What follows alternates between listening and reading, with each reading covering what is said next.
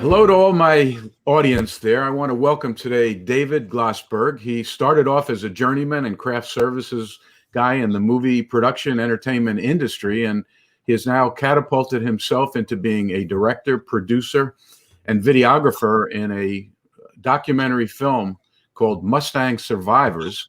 It lasts 100 minutes. He was joined by a brilliant writer, Kirk Demarest, and it's interesting because the budget was only $60,000, which is unheard of in today's world to make a film of this quality for that kind of money.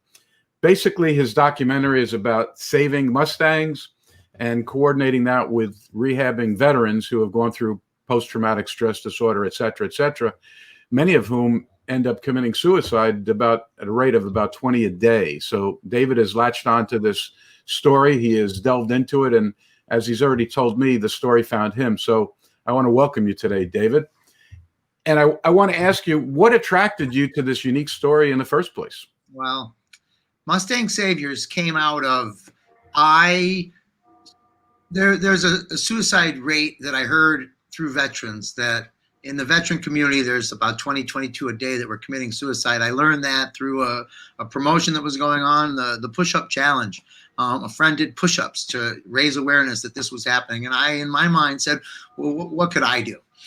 And that turned into when a friend asked me to give him a ride. It was to an equine therapy facility that he had been supporting. And would I like to go out there and spend the day? And I said, sure. So we got in my car. We drove about an hour or something out of Chicago. And getting out of the car, literally, I met the president, who asked me, what do I do? And since I am in TV and film production, I said, I'm in TV and film production. You should do a documentary about this. Literally like a ping pong ball, it came back at me like that. And I didn't really even know much about the place. Truth be told, I just gave my friend a ride. And when I got the tour of the facility and learned what they were doing there, and that they had this program called Operation Mustang. And what that was doing was pairing these veterans up with these wild horses that used to be wild, got captured. Now they're adopting them out. And the few days after that, it really touched me, and I heard the story of these veterans and the horses and how they helped each other, it looked like, and that turned into, okay, I'll do a documentary about this. Okay, David, it's very interesting because your film is fantastic, but unbeknownst to the public, you're not a horse person, or what we typically call a horse person, meaning spent years at barns and stables, owned your own horses and rode them regularly. And you're also not a veteran. So now that you made this film, you got sucked into this interesting story. How has making this film changed you?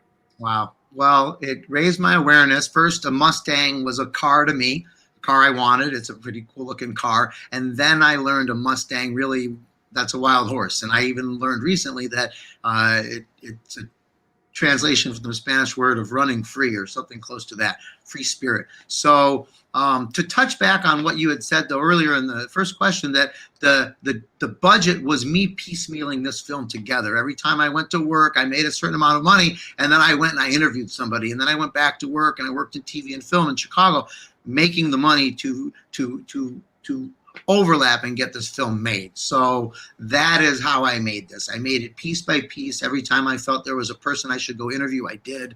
And the way it's evolved my awareness and the veteran community, it's just something that, no, I haven't had much interaction with veterans or veteran community. However, I admire, respect, and look to serve those who serve, and service, that's what they are all about. And I come from the service industry. So I think that in my vibration, or my resonance, I meld well with those who serve, and I gain more friends and a deeper understanding about what it means to give yourself for something bigger than you. Okay, I've already spoken to several people that have seen the film in its entirety, and they're very moved by it. And you, in our discussions, are moved by the end result of what you created. How do you think the audience, what would you like them to walk away with? Is there any message to a documentary? Usually has a message or some significance. What have you evolved into teaching people? Or what do you think they're going to end up learning and walking away with? being in the moment and being present is one of the themes through the film. And when we're trapped in our past and running all those scenarios of what we did, that leads to depression. And when we're anxious about the future and what's going to happen and, oh my God, what if this, that's anxiety.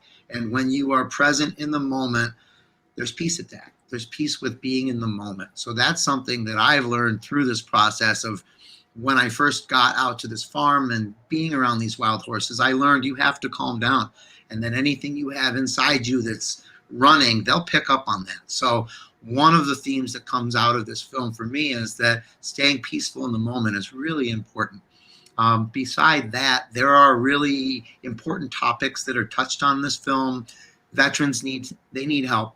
And we as a community, we as a society need to focus some energy and flush out those troubled people that are stuck in their past maybe, and get them out and help them evolve and process through their service into a more comfortable place for themselves and useful place for society. So these veterans who are in limbo that haven't quite been deprogrammed out of being a soldier need some help getting out of that into a new phase of their lives. So if there's any way anybody can go and reach out to veterans and connect them to horse programs, to find out horse programs and encourage them to increase their veteran communities and their populations within their horse programs, and seek to get these wild horses paired up with these veterans. These are things that I would love to see happen more and more as this film gets out into the public eye, and the communication or the conversations around it are, well, what could I do? And then to act on those urges. Anybody that thinks they want to touch on any of those subjects that do come up, I urge you to follow those and support those programs, etc. So, well, David, we thank you very much for finding this story, for putting a lot of your own personal self-sacrifice into making it and bringing it to the public. And we look forward to watching not only the trailer, but also to see the entire production as it comes out. And so we wish you the best of luck, and I hope that this leads you to bigger and better productions in the future. Doc, I thank you for your time and your interest in promoting the film and all that you do for the horse community, and thank you for sharing Mustang Saviors. Well, we're here today with Janet Rose. She's the founder of Equus International Film Festival and now working with the Montana Center for Horsemanship. And she's coordinating a film debut with Horsehaven, Montana, and Friends of Dunroven. Why did you create the Equus International Film Festival in the first place? Well, you know, having a background in film and film festivals, I had been the director of the International Wildlife Film Festival for many years. And we started to see a lot of films being made about horses, but at the time they didn't have a platform. At the same time, I had founded Horsehaven, Montana, a rescue, adoption, and education organization. And I had one of those aha moments where I said, you know, maybe a film festival focused on horses could help horses, help people, and prevent some of the problems that we have in terms of homeless and abandoned horses. So in 2010, I kind of put my toe in the water to launch a very small version of Equus International, and it just grew from there. So the idea is, you know, education and understanding to advance the welfare of horses everywhere. Well, you've found this film, Mustang Saviors, and it's made its way around a lot of the film festivals because it's attractive to a lot of people. It's had showings in Chicago, New York, Virginia, London, and now you brought it to Montana. What attracted you to this cinematographic documentary that you thought would be of value to your audience? Well, you know, the issues facing veterans nationwide is so troubling, and we've discovered, of course, that horses have a tremendous impact on people from all walks of life facing all kinds of issues. I've worked with a lot of veterans with horses. I've come to know a lot of veterans who had very serious challenging issues, who were helped so significantly by being with and around horses. And so I thought, what better way, especially, Veterans Day and this month thinking about veterans, what better way to both honor veterans, to raise the awareness of the issues that veterans are facing, but also how horses can help them. And it was such a beautiful film, and it was so inspiring, and it's just such an important issue. And so to bring an issue like this and a story like this into a public forum, it doesn't get any better than that. And it can have such a big impact. And so that's why we did this. Well, now that you've seen the whole film, has it changed your perspective at all? In a very brief answer, because we could go on with a seminar here. There's the issue of land conservation. There's the issue of these horses leading a healthy life because the herd population keeps decreasing, and their range keeps getting decreased too.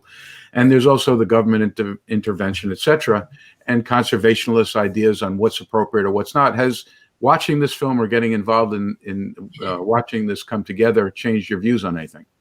Well, excuse me, from all my years of working, with horses and horse organizations and people and horse programs and issues, it's an ongoing battle. It's an ongoing controversy. I don't know that we'll ever be able to resolve it completely. I mean, there's no doubt that the horse in America is an iconic symbol, and the wild horse, it inspires people, it moves people. It also creates a lot of controversy between competing groups. I don't think the film changed my view. I think if anything though, and I've always felt this way, even when I was a journalist, as a full-time broadcast journalist, I always felt the most important thing we can do is bring the information, bring the truth to people, and let people decide, where they stand, what they believe, what they feel. So I think it's really, the important thing is raising the awareness. So people are aware of the issues, and then people are going to have to decide for themselves. I understand the various sides. It becomes a very politicized issue. But if we step back, we just have to try to look at the information that we're given and then form an opinion. So you're bringing this to an audience. What do you think the take-home lesson might be learned by the audience after they're finished watching this film, even people that aren't hardened? Excuse me. I think different people are going to take different things from this film. And I think people take different things from different films. Some are just going to be, feel very emotional about it. Some are going to focus on the veterans. Some are going to focus on the wild horses. I think that, the biggest thing I think in what we see happening today, and which has always been happening, is perspective.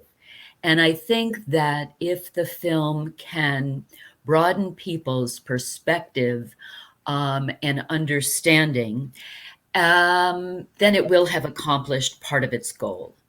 I think it will inspire some people. It will move some people to get more involved in veterans issues, because that is really, I think, the core probably of the film, that veterans are struggling.